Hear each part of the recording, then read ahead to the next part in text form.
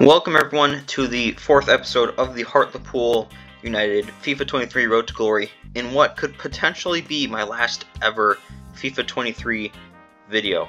After a horrible end to last year, this will be my fourth season down in League 2. Now normally, if I don't make it in the first year, I'm annoyed because you should easily go up. If I don't make it in the second year, then it's a just horrible decision. Third year. This will be my fourth year now, all the way down in League 2, and I stand by it. If we do not get promoted this year, I am done with FIFA 23. It'll be all over because there's no way that I will allow myself to do this. Especially when you look at this team that we have. Lowest overall player is a 62 overall. After that, it's a 67. This team is just way too good to still be stuck down here in League 2. Youth Academy is going to help us get over the hump, potentially. 4-star scout to Ukraine, 4-star scout to Moldova, and a 4-star scout to Romania. Dang has been sold to FC Voluntari over in Romania, I believe, for just over 800k.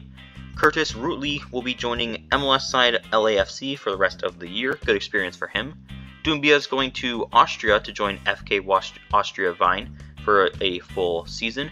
Coit Sar is going to Portugal at Boa Vista FC. Patrick Johnson heading over to the Netherlands to join NEC, team I've considered doing a career mode with in the past, so good for him. Gabriel Elliott's joining Villarreal CFB. I don't really know how realistic that would actually be, in real life. Do B teams loan in players from other clubs? And joining the team from the Youth Academy, Julio Guzman, Argentinian center back, 18 years old, 71 overall. Put him in that back three instead of Elliott, we have a League 1 ready side. Darlington Hassan's been sold to Cremonese for just over $2.5 million. Toby Berry joining the team from the Youth Academy only because he asked, but he does have the flare passes trait. Currently a center back, working to get him to a central defensive midfielder. Definitely someone that is kind of a little personal project I would like to work on for the future. But it's already now FA Cup time as we travel to the Valley, a stadium I've played many games at on FIFA, as we face off against the mighty Charlton. But yeah, look at this team. You saw the overalls before. Lowest overall is a 67, and that's, I think, already now a 68. It's a bit of an unconventional formation, the 3-4-3 diamond, I'm not going to lie. Don't really know how well things are going to go for me personally, but if it fits the team the best, hopefully we can get a good result. And here are the highlights.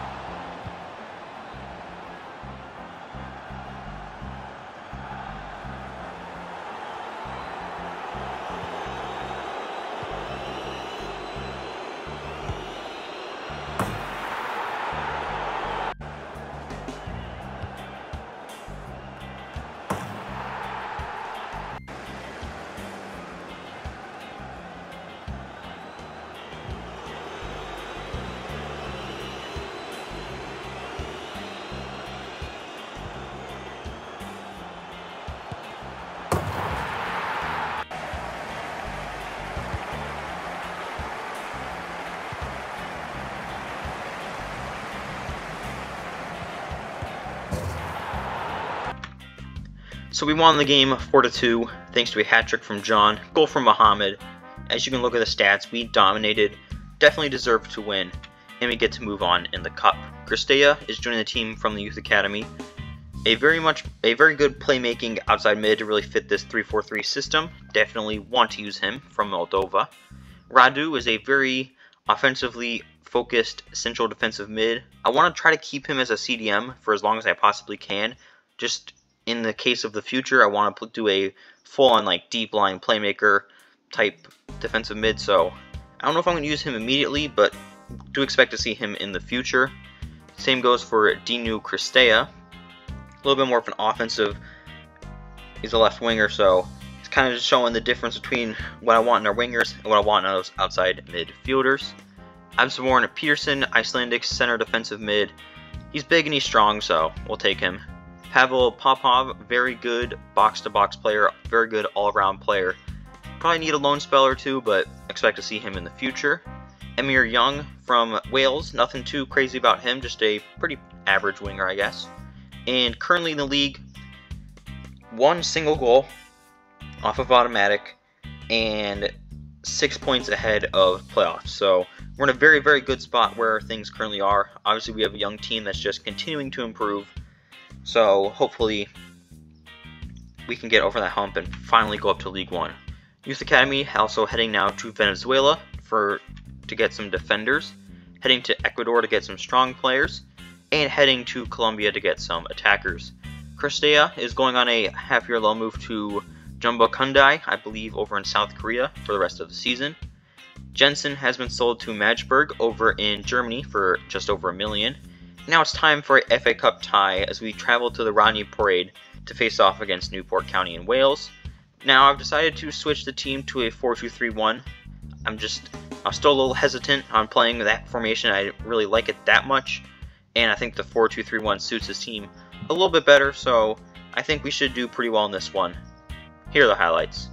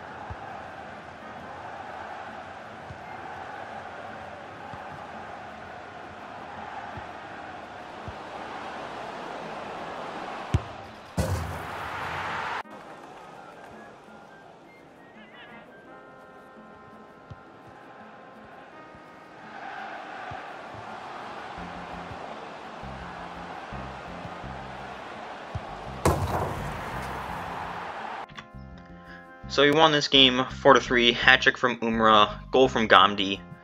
Just excellence from the boys. Absolutely thrashing a fellow League 2 side. Wisdom John has been sold to Karagumruk for 1.7 million. Nokasi, South African center back, sold to Villarreal CFB, who we are oddly doing a lot of business with recently. Dinu Cristea will be going on a 2-year loan move to Real Oviedo, who I believe are still in the second tier of Spain, but much higher competition. Do expect him to be pretty good when he comes back from that loan spell. Pavel Popov going to Poland for his 2-year loan move. Tom Crawford has been sold to Pisa for 1.3 million, heading over to the second tier of Italy. With all the young players we have, just no more space for him, so I think it's a good bit of business for both of us. Rolly Kook is joining Haibi CF in China for just under 600k. Eric Boateng's been sold to Kristiansund for just 760k. We do have a little bit of an issue as we're just a couple of days into February, as the board is already holding performance review meetings. Little bit concerning. I don't blame them. I would be too, but we're pretty much fighting for a job and fighting for the series at this point. Pruti has been sold to Al Nassr over in Saudi Arabia. Fofana has been sold to De Gorfs over in Sweden, Dykov to Wrocław in Poland, Mensah to Bohemian over in Ireland, Parn to Accrington, Anderson to Sampdoria for 5.9 million. If you remember from the FA Cup game against Newport County, he wasn't playing. That's just because I don't really like the way he plays in game, so sold him for pretty much 6 million. We won Manager of the Month for the month of April. Joining the team from Youth Academy is our future goalkeeper, Liviu Radu. 91 to 94 potential. He's I believe that's sweeper keeper or rushes out a goal. Exactly what I want in a goalkeeper, so definitely the goalkeeper of the future for us. Toma could be competing for that spot though, as he has 82 to 92 potential, so really just seeing what happens with them. Samuel Kemp is joining the team as a very good defensive midfielder. Really like the way that all of his stats look. Same goes for Jakob Peterson, 6'1" Icelandic CDM, 88 to 94 potential, perfect all-around player.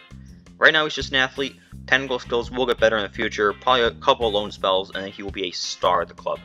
Kwame John's been sold to Crystal Palace, as for some reason they're buying a backup player for 1.7 million, but it's our first player sold to a Premier League team, so I'm not going to complain.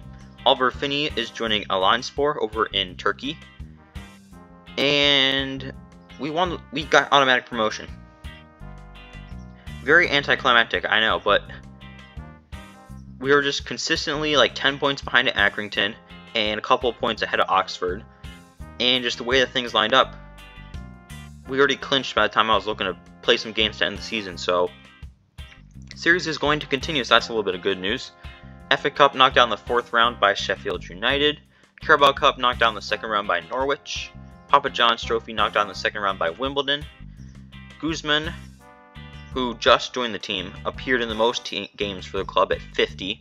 Peterson 44, Gonzalez, Popov, Mohammed, John, Al-Ghamdi, Umrah had 43. So we still have that core group of players for us.